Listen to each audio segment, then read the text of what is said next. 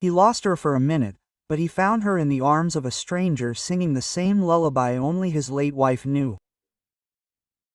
And that was the moment that would change their lives forever. The fall festival in Willow Creek, VT, was in full swing. Maple leaves crunched underfoot, turning gold and orange, and the air was thick with the scent of apple cider, fresh cinnamon rolls, and the smoke from marshmallow fires. Families laughed, children ran between booths festooned with garland and jack-o'-lanterns, and live music blared from a stage. Fiddle, guitar, and banjo all wove together into a warm, soulful melody. But for James Wilson, a 35-year-old widower and owner of Greenwood Investments, the world had narrowed to one terrifying fact. His daughter, Lily, was missing. Lily, his voice, usually calm and commanding, shook like a cracked bell over the roar of the crowd. He spun around. His dark blue eyes scanned the fairground feverishly, searching for the white dress with the lace collar and the teddy bear Lily always clutched in her arms. Her blonde hair, braided into two neat pigtails, and her pale skin, lightly freckled, should have stood out in the crowd, but she was nowhere to be found. A moment ago she had been standing next to him, her small hand wrapped around his as he bent to adjust a shoelace. He looked up, and she was gone. "Lily!" he called louder, pushing through the crowd, muttering apologies, peering under pumpkin pie tables, haystacks, and into the shadows of craft booths. His heart was pounding like a drum. Fear was a stone in his stomach, and sweat had broken out on his forehead despite the cool autumn air. This was their first time out in public since the death of James's wife, Clara, in a car accident 6 months ago. Lily, their 5-year-old daughter with big gray eyes, had not spoken since losing her mother. She did not cry, did not laugh, did not make a sound, only clutched her teddy bear that Clara had made for her out of soft brown velveteen, and looked at the world as if it had betrayed her over and over again. James had thought that the festival, the bright colors, the laughter of children, the smell of apples and cinnamon, would bring her back to life, break through the wall of silence in which she had closed herself off. He had been wrong. Now the ground was slipping from under his feet, and he felt panic choking him, as if someone had squeezed his throat. "Lily," his voice had broken. People were turning around. A couple of older women selling knitted scarves exchanged glances but shook their heads. A young man in a plaid shirt roasting popcorn suggested calling security, but no one had seen the girl in the white dress.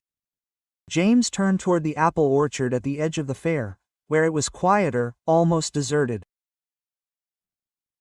His gaze caught on something calm, a still spot in the bustle.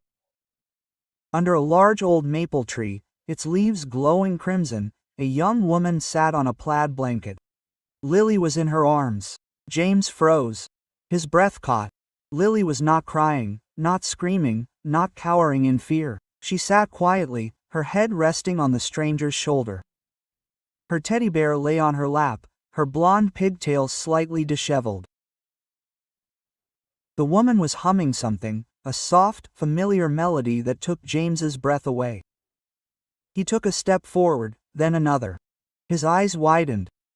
It was a lullaby, the same one Clara had sung to Lily before she fell asleep. The melody, which he hadn't heard since their house had fallen silent, tore at his heart. The notes were simple, but so familiar that he felt tears stinging his eyes. "Lily," he breathed. His voice was hoarse, almost alien. The woman looked up. Her light green eyes met his. Her blonde hair was pulled back into a messy bun. A few strands had escaped and fallen over her shoulders. Her simple dress with small flowers looked like she had sewn it herself, and around her neck hung a thin star-shaped pendant. She didn't stop singing, but her hand gently stroked Lily's head, as if protecting her. James came closer, his boots crunching on the fallen leaves. His heart was pounding so hard he was afraid it would burst. "Who are you?" he asked, trying to keep his voice even though fear and relief were warring inside him. "Why is my daughter with you?" The woman finished the verse. Her voice was soft as an autumn wind, and she paused. Quote, "My name is Anna Brown," she said. Her tone was calm but firm, with a slight croak, like someone who sang a lot. I found her by the carousel tent. She was standing alone, holding her teddy bear and looking at the ground. I couldn't leave her. Lily looked up. Her gray eyes looked at her father. She didn't smile, but there was no fear in her gaze, only a quiet calm that James hadn't seen in months. He knelt down next to the blanket. His fingers trembled as he touched his daughter's shoulder. Quote, "Lily, are you okay?" he asked, his voice shaking with relief. She nodded, her small fingers tightening around the teddy bear, holding it close to her chest. Anna looked at James, her gaze warm but attentive, as if she saw more than he was saying. Quote, "She didn't say," Anna said, her voice soft but firm. "But I thought a song might help. My mother used to sing one to me when I was little.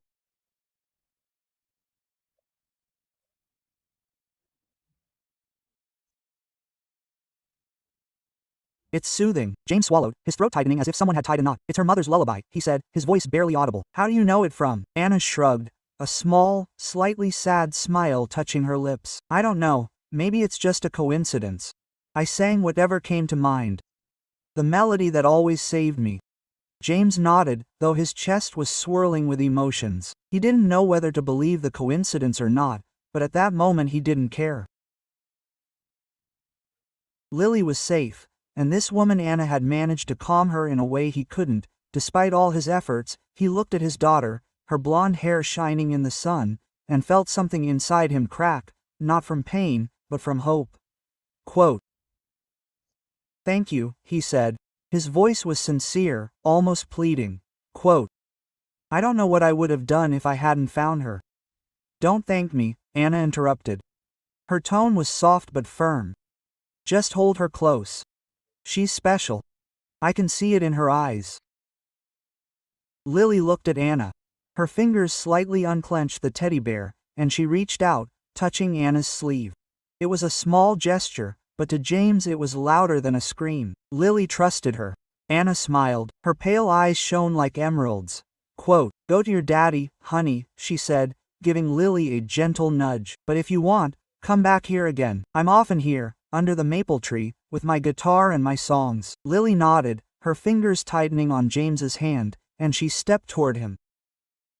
James took her hand.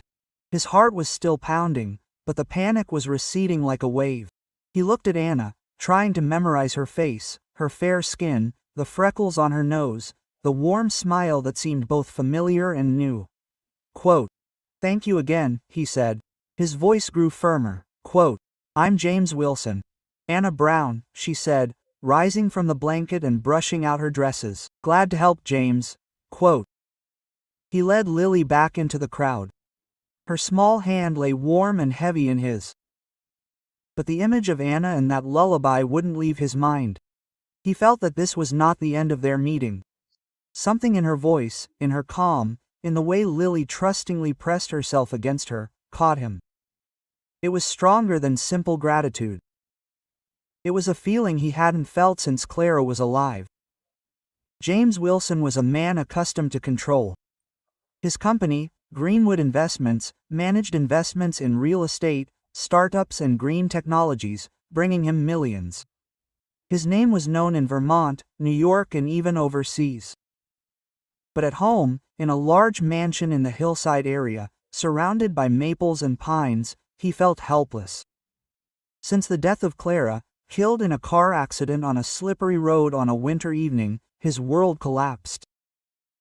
Lily, their only daughter, withdrew into herself. Her voice was gone, as if it had been stolen along with her mother. She didn't cry at the funeral, didn't scream, didn't ask questions, just clutched her teddy bear and stared into space.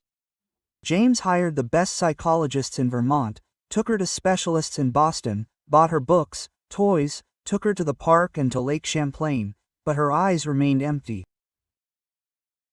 The Willow Creek Festival was his desperate attempt to break through this wall of silence, to bring her back to life. He hadn't expected to lose her there.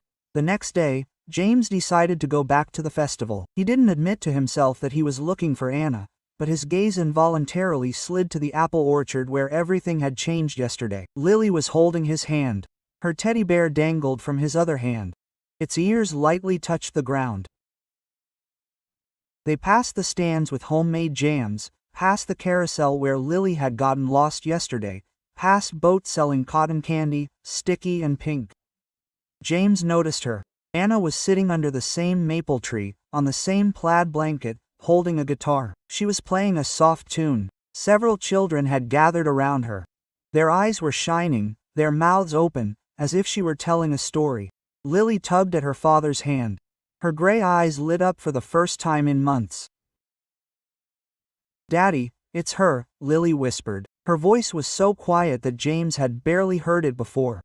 It was the first sound she had made since Clara's funeral. He froze. His heart skipped a beat, as if someone had stopped time. "Do you want to go see her?" he asked, trying not to sound nervous, although his voice was shaking. Lily nodded, her fingers tightening on his hand, and she pulled him toward the maple tree. Anna looked up, her blonde hair shining in the sun, and she smiled when she saw them. "Lily!" she exclaimed. Her voice was warm, like hot cider. "And James is probably glad to see you." She spoke, James blurted out, unable to contain himself. "She just said your name." Anna looked at Lily. Her green eyes softened, as if she knew what it meant. Quote, "Really?" she asked, leaning towards the girl. "Do you want to sing with me, Lily?" Lily nodded. Her cheeks flushed slightly. Anna picked up the guitar and began to hum the same lullaby. Her fingers touched the strings lightly, creating a melody that seemed to embrace everything around her. Lily sat next to him, her teddy bear lying on her lap, and she sang along softly, not with words, but with a soft hum, repeating the notes. James stood there, unable to look away. His daughter, who had been silent for months, was singing. Even without words, she was singing. His eyes burned, but he did not allow himself to. "I can't cry here or now." After the song, Anna took out her sketchbook and a box of crayons from her bag. "Want to draw?" she asked Lily. Her voice was soft, like a whisper of the wind. Lily nodded and picked up a pencil, starting to draw. The sun, a tree, a teddy bear, and then what looked like a woman with a guitar. James sat down next to her, his gaze sliding between his daughter and Anna. Quote, "Do you come here often?" he asked, trying to sound casual, although his heart was still pounding. "Every autumn," Anna answered, her fingers fiddling with the edge of the blanket. "I'm a music teacher at Riverview School. I teach during the day and play for children at festivals on the weekends. It helps them open up. Sometimes music says things words can't." James nodded, his thoughts racing.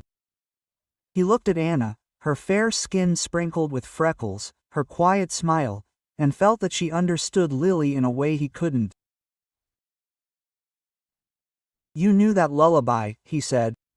His voice was quieter than he'd intended. "The one my wife sang?" Anna shrugged, her smile turning a little sad. "Maybe it's just a melody that lives in the hearts of so many," she said. "My mother sang it to me when I was little. She died when I was 10. I sing it to remember, and to help others." James felt a pang of pain. He knew that feeling, the desire to hold on to someone he'd lost. Clara had been his sunshine, his laughter, his home. Her death had left him in the dark, and he didn't know how to get out. But Anna, she was like a ray of light shining through the clouds. Quote, "I'm sorry," he said quietly, "for your mother. And thank you for Lily." Anna looked at him. Her eyes were full of understanding, as if she saw his pain. Quote, "You have nothing to apologize for," she said, "and there is nothing to be thankful for. Lily is special. Just give her time." James and Lily began to visit the festival more often over the next few days. Lily gravitated toward Anna. Her silence gradually faded. She began to hum melodies, draw with Anna, even laugh when Anna told funny stories about her students, like the boy who tried to play the flute but accidentally stuck it up his nose. James watched, feeling his own heart thaw. He was used to being a lone wolf in business, where his competitors feared him, and in life, where he had closed down after Clara died. But Anna was different. She didn't see him as a millionaire, the owner of Greganwood Investments. She saw a man fighting for his daughter. Anna Brown was more than just a music teacher. She grew up in a small town in Vermont, in a family where there was barely enough money for food and clothing. Her mother, Elizabeth, was a singer in the local church choir. Her voice was as warm as the summer sun. But she died of an illness when Anna was 10, leaving her with her father, who soon passed away in grief. Anna grew up with her grandmother Merritt, who taught her to play the guitar and sing. Music became her escape, her way of speaking to the world. Now, at 27, she taught at the River School, helping children find their voice through song. Her classroom was filled with guitars, flutes, and small drums, and the walls were covered with her students' drawings. Anna did not seek fame or fortune, but her kindness and warmth drew people like a magnet. One day, a week after they first met, James invited Anna to dinner at their mansion in Hillside. He was nervous as a teenager, straightening his tie and making sure the table was set perfectly. Pasta with tomato sauce, goat's cheese salad, apple pie, which Lily loved. His housekeeper, Mrs. Emma, a fair-skinned woman with kind eyes, smiled at his fuss. Quote, "You haven't had a guest in a long time, Mr. Wilson," she said, putting a pitcher of lemonade on the table. "This is not a guest," James answered. His voice was quieter than usual. Quote, "This is Anna." Mrs. Emma nodded, her smile widened. Quote, "Is she special?" "Yes." James didn't answer, but his cheeks flushed slightly. Anna came in a simple green sweater and jeans. Her blonde hair was loose, and she was holding a guitar in her hands. Quote, "I couldn't leave her at home," she said, smiling at Lily, who ran up to her with the teddy bear. Lily had asked for a song. Dinner was simple but warm. Lily sat between them, her eyes shining as Anna hummed melodies. And James talked about his youth, how he had dreamed of being an architect, building bridges and houses, but went into finance to provide for his family. Anna listened, her eyes attentive but not judgmental. She told about her grandmother, who baked the best maple cookies in the world, and how she learned to play the guitar sitting on the porch of their old house. Lily laughed when Anna described how she once got the strings mixed up and played the most terrible tune in the world. It was the first laugh James had heard from Lily since Clara had left. After dinner, Lily fell asleep on the couch, clutching the teddy bear, her blonde hair tangled around her neck. Pillow. James and Anna went out into the garden, where paper lanterns hung from the branches of the maple trees. The sky was strewn with stars, and the air smelled of earth and autumn. Quote, "You changed her?" James said, looking at the stars. "Lily is alive again. I didn't think it was possible." Anna shook her head. Her fingers touched the guitar strap she was still holding. Quote, "It wasn't me," she said softly. "It was her. And you gave her a chance. You didn't give up." James looked at her. His heart was beating faster. Quote, "I want you to be a part of her life," he said. His voice was quieter than usual. Quote, "And mine." Anna smiled. Her cheeks were pink, but she didn't look away. Quote, "Let's start with songs," she said. Her voice was soft but firm. Quote, "And then we'll see where the music takes us." Their friendship grew slowly, like a tree taking root. Anna began coming to the mansion, teaching Lily music. She taught her simple chords on the guitar, showed her how to hold the flute, and even gave her a small tambourine, which Lily adored. Lily began to sing, first quietly, repeating Anna's melodies, then louder, adding words. Her voice, thin and clear, filled the house that had been empty for so long. James joined in their lessons, sometimes playing the piano that had stood untouched since Clara's death. He remembered playing for his wife, how she laughed when he mixed up the notes. Now, looking at Anna and Lily, he felt like the house was coming alive. Anna was more than just a teacher. She brought a warmth into their lives that was missing. She told Lily stories about forest fairies who hid in maple trees, and taught her to sing songs about the stars. She shared stories with James about her students, about the boy who had stage fright but sang in front of the entire class, about the girl who wrote a song for her dog. James listened, amazed at how easily she spoke of life, as if each day were a gift. He began to notice little things, the way she fidgeted with her necklace when she was nervous, the way her eyes lit up when Lily laughed, the way her voice trembled when she talked about her mother. A few months later, Anna suggested organizing a concert at River High. She wanted Lily to sing the very lullaby that connected her to her mother and Anna. James took charge, using his connections to attract local musicians, parents, and even journalists from the Veman Times. He hired decorators to decorate the hall with paper lanterns and garlands of leaves, and Mrs. Emma baked maple cookies for the guests. Lily was nervous, her fingers clutching the teddy bear, but Anna was sitting with her backstage, humming a lullaby and holding her hand. Quote, "Can you do it?" Anna whispered. "Your mother will hear it, and so will I." The evening of the concert was magical. The Riverview School auditorium was full. Parents, teachers, children, locals. Lily walked out on stage in her white dress. Her blonde pigtails shone under the light. She held the microphone, her hands shaking. But when Anna began to play the guitar, Lily sang. Her voice, thin and clear, filled the hall like a light. The lullaby was simple, but it contained all her pain, all her love, all her hope. James sat in the front row, his eyes shining, and Anna's hand, sitting next to him, squeezed his. When Lily finished, the hall was silent, and then exploded with applause. Lily smiled for the first time in a year and bowed. Her teddy bear dangled from her hand. After the concert, James and Anna founded the Silvernote Center in Willow Creek. It was a small house with large windows where children could learn music for free.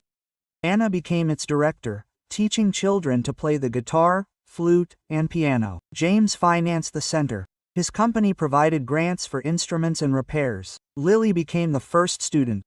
Her voice grew stronger every day. She sang not only lullabies, but also new songs that she composed with Anna. One day, she wrote a song about the maple tree under which it all began, and sang it at a school celebration. The center became the heart of Willow Creek. Children who had previously been shy found their voices through music. Parents who had lost hope saw their children come to life. Anna was at the center of it all. Her laughter and songs filled the house. James came there almost every day, helping with paperwork, repairs, or just listening to Lily and Anna play duets. He began to notice that his heart beat faster when Anna smiled, when she fixed Lily's hair or laughed at his clumsy attempts at playing the guitar. One day, a year after they met, the three of them were sitting in the garden behind the center. Lily was playing with a paper lantern, her blonde hair blowing in the wind. She was humming a tune. Her guitar lay nearby. James looked at them, feeling that his home was not the mansion in Hillside, but these moments. Quote, "Anna," he said quietly as Lily ran off to catch fireflies, "you've given us more than I could have ever dreamed of." Lily sings. She laughs. "And I live again." Anna looked at him, her green eyes shining in the lantern light. Quote, "It's not me," she said. Her voice was soft but sincere. "It's us, you, Lily, me. We've found each other." Quote, James took her hand, his fingers trembling. "I want you with us. Not just for Lily, for me." Quote. Anna smiled, her cheeks spreading, but she didn't look away. "I'm already with you," she said. "But let's not rush, we have time."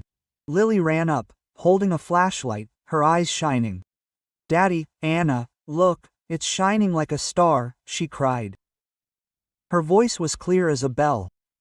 They laughed, and for the first time in a year, James felt his heart not ache. Their story, begun under the old maple tree, had become a legend in Willow Creek. It reminded everyone that music, kindness, and faith could heal even the deepest wounds. Lily was no longer the girl who had lost her voice. Anna was no longer the lonely teacher, and James was no longer a widower living in the shadow of the past. They became a family, not by blood but by choice, bound by a song that found them under a maple tree. It gave the girl her voice back and his home a purpose. He gave her back her faith that silence can heal. Sometimes love speaks louder when words fail.